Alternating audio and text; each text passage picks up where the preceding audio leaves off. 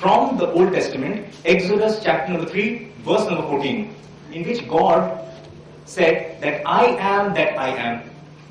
So, because Jesus said I am, and because God in the Old Testament said I am, that means Jesus is God. I find this logic very strange. Suppose I say I am an engineer, and I am an engineer, and suppose the bishop, if he had continued, and he said that I am a bishop, because I said I am, and he said I am, does it mean I and the bishop are the same? It doesn't. What is the word I am? What is the word I am? And if you analyze the original Greek and Hebrew text of the Bible, see, in English, both the places the word I am occur. But if you refer to the original Septuagint, the Greek Old Testament, the word used is ho on. And in the New Testament, Gospel of John chapter 8, verse 58, it is used ego eimi. Do you mean to suggest ho on and ego eimi is one and the same? Whom are you trying to fool with the translations? Any Christian brothers over here still present? Ho on and ego eimi. Different or not? Why do you translate it as I am in both the cases? Why? Ho on, you didn't get it. I said the Old Testament where God said I am, the word used is ho on. And the New Testament's use of I am, the original word in Greek is ego eimi. Is ho on and ego eimi same? No, it isn't. So you should not translate or mistranslate rather as I am in both the cases. Ho on means the being. That means the God or the supreme being. I am means, ego eimi means I am. Ego means I, it can also mean me. Eimi in Greek, it can mean am. It can also mean have. It can also mean was. It can mean a whole lot of things depending on the context. Suppose, if you refer to Gospel of John chapter number 3 verse number 28, the same eimi is translated as have. John chapter 3 verse 28, the same Greek eimi appears and it has been translated as have. What we realize, brother, that we have to understand the complete context of Gospel of John chapter number 8 verse number 58, and if we understand the complete context, then it means we have to read the entire chapter. Gospel of John chapter number 8 verses 1 to 59. Time will not permit us to discuss the entire 59 verses. I'll only discuss the last 4 verses. The last 4, verse number 56 says that your father Abraham would have rejoiced to see my day. And he saw and he was glad. What does verse number 56 say? Your father Abraham would have rejoiced to see my day. And he saw it and was glad. Next verse, the Jews say, you are not yet 50 years old and you have seen Abraham? So the context is, have you seen Abraham? You are not even 50 years old. So Jesus, peace be upon him, he replies, before Abraham was, I am. If you realize that someone asks you, have you seen that person? There can be logically only 2 replies. Either you have seen the person or you have not seen the person. So what we realize that the situation that happened will become clear if you read verse number 59. Verse number 59 says that when Jesus commented, before Abraham was I am, the Jews picked up stones to stone him. The Jews picked up stones to stone him, so he hid himself away from the temple. He ran away from the temple. That means Jesus was abruptly interrupted from completing the speech, completing the sentence. That is why he stopped midway. Before Abraham was, I am. But actually it should read, before Abraham was, I have. What does it mean? Before Abraham was, I have seen Abraham. Now you can say that how is this possible? Is it possible? Because he is not yet 50 years old. What he was talking is not the present world, but the world of the spirits, where Almighty God gathered all of us together and he said that, do you agree that I am your only one Lord? And we all agreed. And next he gathered the prophets and he said that when I will give you a book and wisdom, and when there comes to a messenger after you, do you help him and render him help? We believe in him, and they all agreed we will help him and render him help and will believe in him.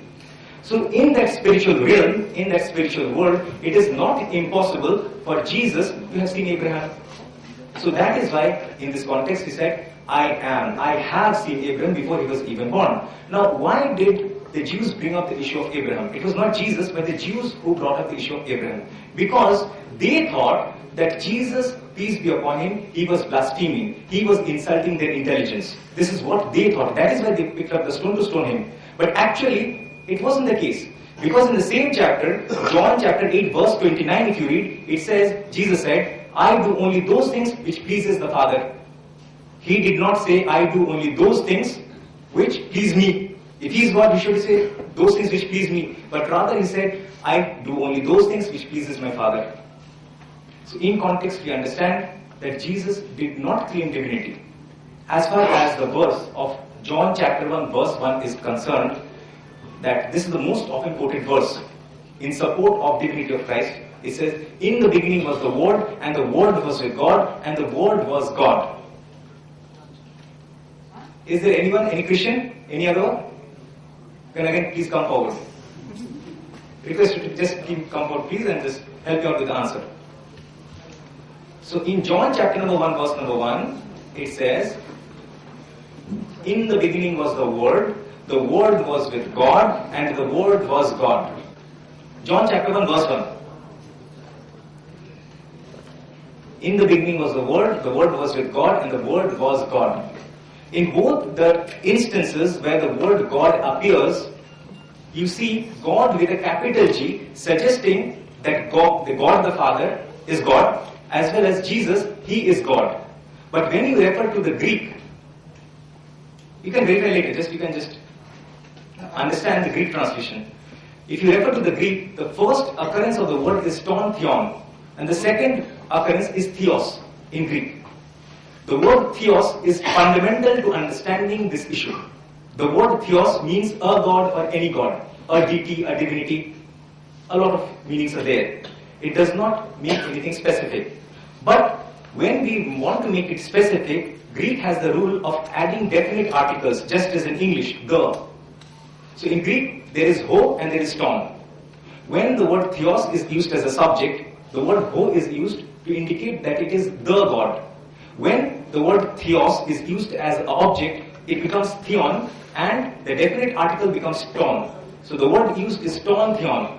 Ton theon means the God. So it says, in the beginning was the Word, and the Word was with God with capital G, and the Word was God with a small g it should be, because the second time the Greek appears only theos. And I'm not making up things from myself. I am referring to the Strong's Dictionary, Strong's Greek Dictionary, Kypros Greek Dictionary, the Alternate Greek Dictionary. If you have these Greek dictionaries with you, then you will understand from the Greek to English translation that what I am speaking makes sense, if you know the Greek as well. So ton theon and theos. So when we come to understand that the occurrence of word refers to two different issues. In the beginning was the Word was with God, capital G, and the Word was a God, God with a small g, then there is no problem. Because, as I quoted, Jesus said, is it not mentioned in the scripture, ye are gods, God with a small g, ye are gods, and to whom the word of God has come, if ye call him God with a small g, then the scripture cannot be broken. If you call a messenger of God, a God with a small g, then there is no problem. He was referring to Psalms chapter 82 verse number 6, when God Almighty, He said that ye are gods and are children of the Most High. So that, I believe, answers the question about John 1:1. And the Word became flesh. What was the Word?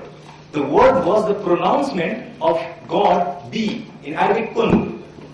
So we realize that the Word, that is the pronouncement, because Jesus did not have a father, God willed him into existence. And He said, kun, be, and He was. So the Word was made flesh. He was born as a human being. And the bishop said, and he has left. So he cannot either disagree or agree with me. He said that Jesus was resurrected. Resurrected means it is not a natural body. If you read 1 Corinthians chapter number 15 verses 42 to 44, it says that so also is the resurrection of the dead. 1 Corinthians chapter 15 verses 42 to 44, so also is the resurrection of the dead. And it is sown a natural body, it is raised a spiritual body. There is a natural body and there is a natural body and there is a spiritual body. That means these two are different. And when we refer to Luke chapter 24 verses 36 to 43, when Jesus, peace be upon him, came unto the people and said, Shalom Aleichem, and the disciples were affrighted and terrified. Why? Because they thought they had seen a spirit.